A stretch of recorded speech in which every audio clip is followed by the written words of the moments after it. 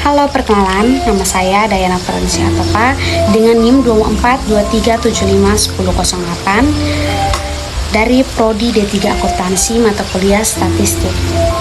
Dapat dipahami bahwa literasi keuangan memiliki peran penting dalam membentuk perilaku pengelolaan keuangan mahasiswa. Semakin baik tingkat literasi keuangan yang dimiliki mahasiswa, semakin besar pula peluang mereka untuk mengelola keuangan secara bijaksana dan terpercaya. Oleh karena itu, penelitian ini mengenai pengaruh literasi keuangan terhadap pengelolaan keuangan mahasiswa. Selamat menyaksikan.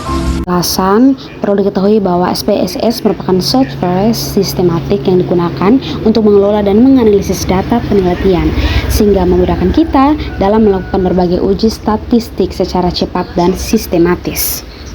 Setelah mengetahui apa itu SPSS, selanjutnya kita akan memulai tutorial pertama, yaitu uji validitas. Uji validitas bertujuan untuk mengetahui apakah instrumen penelitian sudah layak digunakan atau tidak. Tanpa berlama-lama, mari kita mulai langkah-langkah uji validitas menggunakan SPSS. Sebelum melakukan pengujian, siapkan data terlebih dahulu. Di sini saya sudah menyiapkan data hasil dari kuesioner yang sebelumnya saya sebar. Setelah menyiapkan data, salin data tersebut, lalu kita pindahkan ke SPSS. Setelah data tadi kita pindahkan ke SPSS, selanjutnya kita klik variabel view untuk mengubah semua nama variabel sesuai dengan data kuesioner yang ada di Excel tadi. Kita ubah semua nama variabelnya mulai dari X1, X2 sampai dengan variabel Y. Setelah semua variabel kita ubah namanya, selanjutnya kita klik menu Analyze, lalu setelah itu kita klik Correlate dan Bifurcate. Lalu kita pindahkan semua variabel ke kolom variabel. Setelah itu kita klik OK.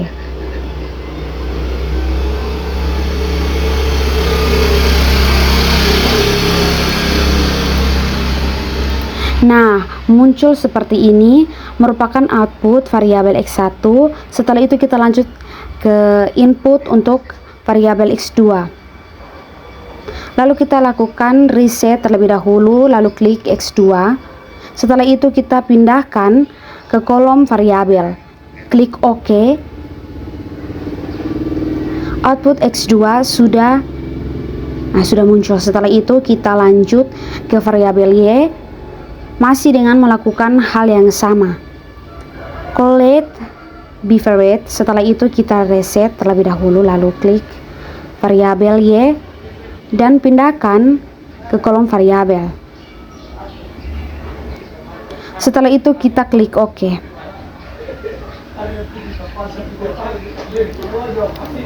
Dan output untuk variabel Y sudah ada, output untuk variabel X1 juga sudah ada, X2 juga sudah ada.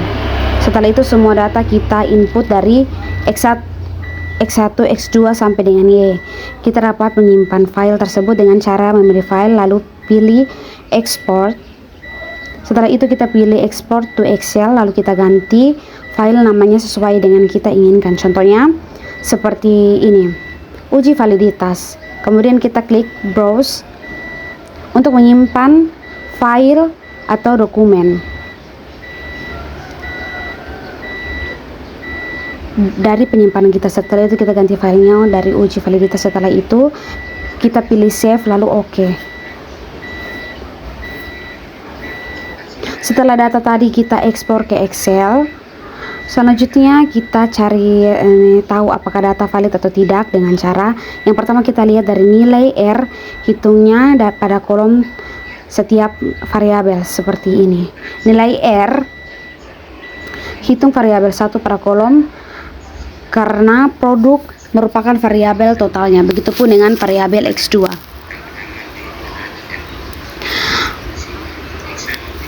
Nah, setelah kita mengetahui nilai R, hitung selanjutnya kita cari nilai R.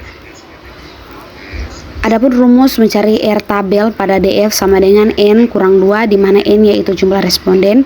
Berhubung data tadi menggunakan 96 responden, jadi 96 kurang 2 sama dengan 94. R tabelnya ada pada kolom 0,05 baris 94 dengan nilai 0,2006. Maka dari itu nilai R tabelnya yaitu 0,2006. Nilai R hitung dari R tabelnya sudah ada, maka kita dapat menentukan data mana yang valid dan mana yang tidak valid. Uji reliabilitas bertujuan untuk mengetahui apakah instrumen penelitian sudah konsisten atau dapat dipercaya.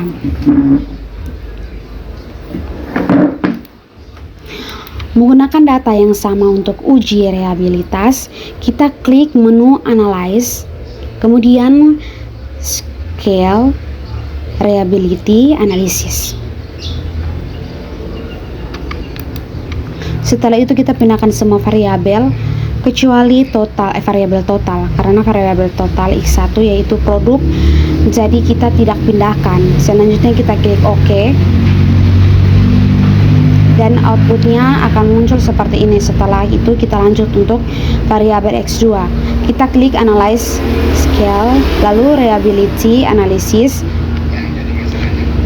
Setelah itu pindahkan semua variabel X2 kecuali variabel total ke kolom Items, kemudian klik OK. Ini adalah outputnya untuk X2. Kemudian kita lanjut untuk variabel Y. Klik Analyze Scale, kemudian Reliability Analysis, reset terlebih dahulu, lalu kita pindahkan variabel Y ke kolom Items kecuali variabel totalnya, kemudian OK.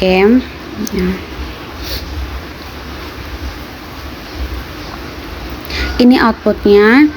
Kita ekspor ke Excel untuk kita interpretasikan untuk mengetahui apakah data reliable atau tidak. Nilai comeback alpha atau variabel X1 adalah ini, dan nilai comeback alpha untuk variabel X2 adalah ini, dan nilai comeback alpha untuk variabel Y adalah ini. Adapun dasar pengambilan keputusan yaitu dikatakan reliable apabila di comeback alpha lebih besar dari 0,60, maka interpretasinya seperti ini. Nilai alfanya tadi sudah kita ketahui dan nilai R tabelnya sudah sama dengan uji validitas tadi. Kemudian tentukan data tersebut reliable atau tidak reliable. Langkah selanjutnya ada uji asumsi klasik. Uji asumsi klasik ini terbagi menjadi beberapa uji. Di antaranya uji normalitas, multikolinearitas, heteroskerasitas, dan autopopulasi. Adapun tutorial uji asumsi klasik pertama yaitu normalitas, di mana uji normalitas adalah prosedur statistik untuk menguji data menyebar secara normal, apapun langkahnya sebagai berikut. Untuk uji asumsi klasik, kita hanya menggunakan variabel total saja. Kita salin variabel total dari X1 lalu kita pindahkan ke XPSS. Selanjutnya kita salin variabel X2 tadi, pindahkan ke SPSS, dan variabel Y kita pindahkan ke SPSS juga. Setelah itu kita klik variabel view untuk mengubah nama variabel sesuai dengan data kuesioner tadi, seperti produk, harga, dan kepuasan pelanggan.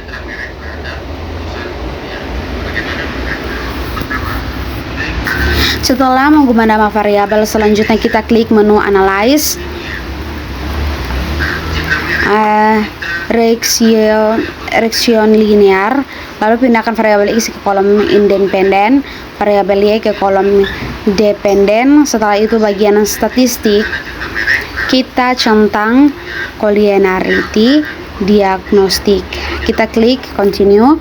Di bagian plot pindahkan reset ke G, spirit ke bagian X, centang histogram dan normal plot. Setelah itu di bagian save kita klik understandize lalu continue. Setelah itu kita klik OK. Nah, ini merupakan output dari uji normalitas. Terdapat histogram dan normal p plot. Setelah itu kita kembali ke data view, terdapat data baru R yaitu R1. Selanjutnya kita klik menu analyze, kita pilih non pematric text, non pamic text logic dialog, one simple KS. Setelah itu pindahkan data baru lalu klik OK. Maka outputnya seperti ini, one simple column graph spin-off test. Setelah itu kita ekspor ke Excel untuk dibuatkan interpretasinya. Untuk melihat data normal atau tidak dapat dilihat dari tabel Kolmogorov-Smirnov. Lihat dari bagian ASIN. Di sini nilainya 0. Di sini nilainya 051. Apapun dasar pengambilan keputusannya, yaitu dikatakan berdistribusi normal jika nilai signifikannya lebih besar daripada 0,05. Maka interpretasinya seperti ini. Hasil uji normalitas menggunakan metode Kolmogorov menggunakan nilai signifikasi sebesar 0,051 atau lebih besar daripada 0,05. Dengan demikian dapat disimpulkan bahwa data berdistribusi normal. Selanjutnya uji asumsi klasik yang kedua, yaitu uji multikolinialitas. Ujian ini bertujuan untuk mengetahui apakah model regresi terdapat korelasi antara variabel independen. Adapun tutorialnya sebagai berikut. Masih menggunakan data sebelumnya, kita klik menu, kita pilih analyze, regression, kemudian linear, lalu kita pindahkan variabel X ke independen dan variabel Y ke independen. Setelah itu di bagian statistik kita centang collinearity diagnosis, matikan estimasi continuous. Setelah itu kita klik OK. Maka outputnya akan seperti ini. Hasilnya dapat kita lihat di tabel koefisien. Nah, setelah itu kita ekspor filenya ke Excel untuk dibuatkan interpretasinya.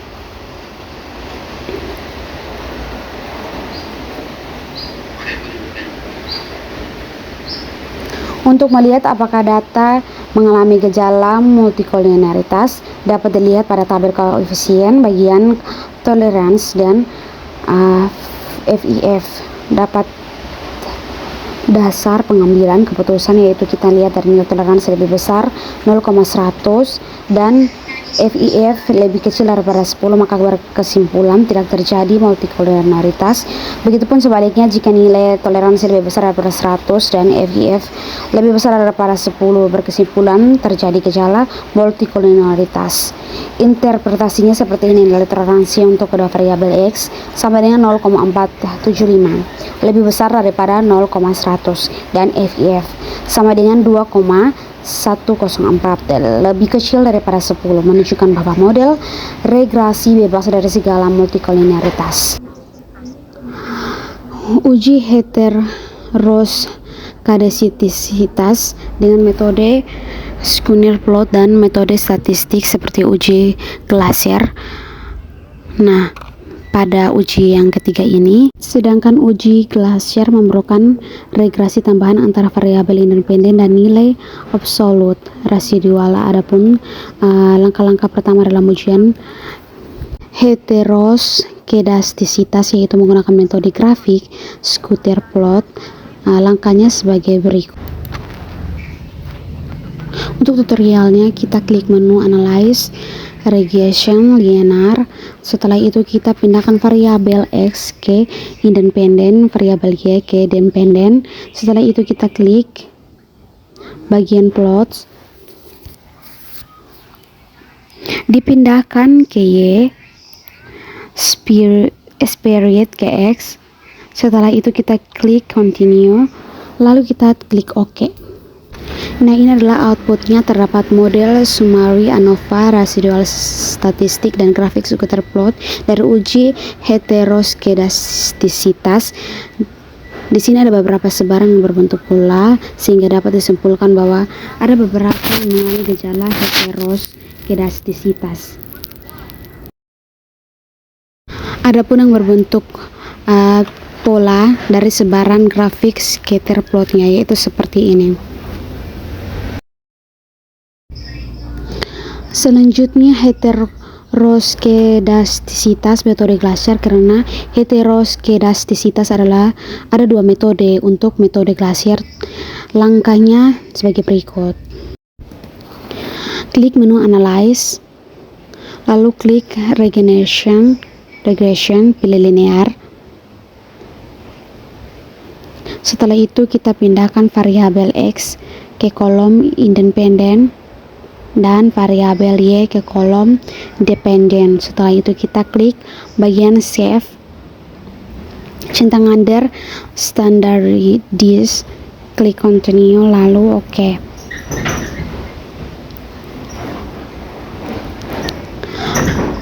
Maka outputnya seperti ini. Setelah itu kita kembali, terdapat data baru, lalu klik bagian transform variabel, terus kita klik ABS res,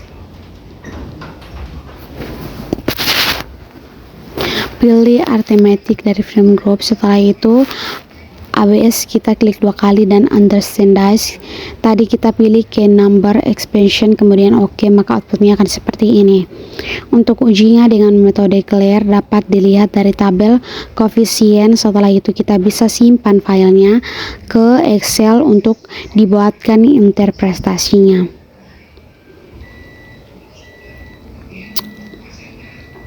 Untuk melihat apakah data mengalami gejala heteroskedastisitas dengan metode Claire dapat dilihat dari tabel koefisien di bagian signifikan.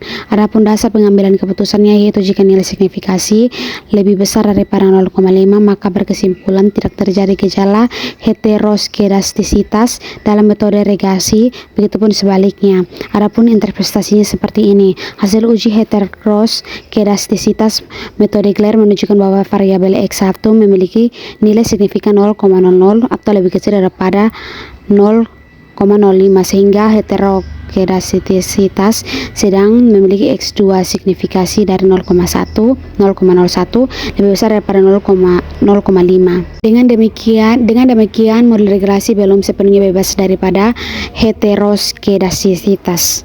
Selanjutnya uji hipotesis. Adapun konsep dasar dari uji hipotesis yaitu bertujuan untuk mengetahui ada atau tidaknya pengaruh variabel bebas terhadap variabel terkait. Uji hipotesis terbagi menjadi beberapa uji, yaitu uji T yang bertujuan untuk mengetahui ada tidaknya pengaruh secara parsial yang diberikan variabel bebas atau X terhadap variabel berikat atau Y. Uji yang kedua ada uji F yang bertujuan untuk mengetahui ada atau tidaknya pengaruh secara simulatan yang diberikan variabel X terhadap variabel Y. Dan uji yang ketiga yaitu koefisien determinasi yang bertujuan untuk mengetahui beberapa persen pengaruh yang diberikan variabel X secara simulatan terhadap variabel Y. Adapun tutorial uji hipotesis adalah sebagai berikut.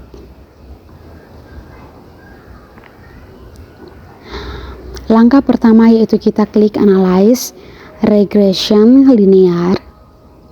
Selanjutnya kita pindahkan variabel X ke independen, variabel Y ke dependen. Setelah itu kita klik OK. Ini merupakan output dari uji hipotesis. Model summary untuk uji R, ANOVA untuk uji F, dan koefisien untuk uji T. Uji file, selanjutnya filenya kita simpan atau kita ekspor dari dalam bentuk Excel untuk dibuatkan interpretasinya. Untuk uji tepat dilihat di tabel koefisien, untuk uji F dapat dilihat di tabel ANOVA, dan untuk GR dapat dilihat di tabel modal summary. Dan dapat kita lihat di sini ada dasar. Adapun interpretasi yang seperti ini untuk mencari nilai dari tabel, kita menggunakan rumus T, eung alfa atau N sama dengan N kurang K kurang 1.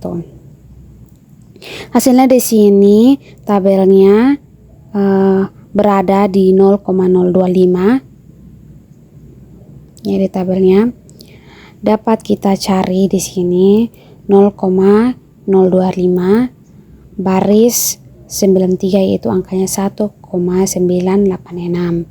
Jadi nilai dari tabelnya yaitu 1,986. Sedangkan untuk uji F dalam mencari nilai F tabel yaitu menggunakan rumus F K kurang K, di mana seperti yang kita tahu N sama dengan jumlah responden dan K sama dengan jumlah variabel. Jadi nilainya yaitu F296 kurang 2. Jadi nilai F tabelnya berada pada kolom 2 baris 94 dengan nilai 3,09. Jadi nilai dari F tabelnya yaitu 3,09. Lanjut kembali, dan untuk uji R atau uji koefisien determinasi interpretasinya seperti ini. Nilai tadi 0,527 kita ubah menjadi persen, yaitu 52,7%, artinya 52,7%. Variasi perubahan variabel Y dapat dijelaskan oleh variabel X dan variabel X1 dan X2, sedangkan sisanya 47,3% itu dijelaskan oleh faktor lain. Nilai 0,4473 merupakan nilai yang tetap tinggi dan merupakan bahwa modal sangat layak digunakan. Adapun kesimpulan dari uji hipotesis tadi yaitu yang pertama X1 berpengaruh signifikan terhadap Y, dan juga X yang kedua X2 tidak berpengaruh signifikan terhadap Y. Yang ketiga secara simultan X1 dan X2 terbukti mempengaruhi Y, dan yang keempat modal dapat menjelaskan 52,7% variasi Y.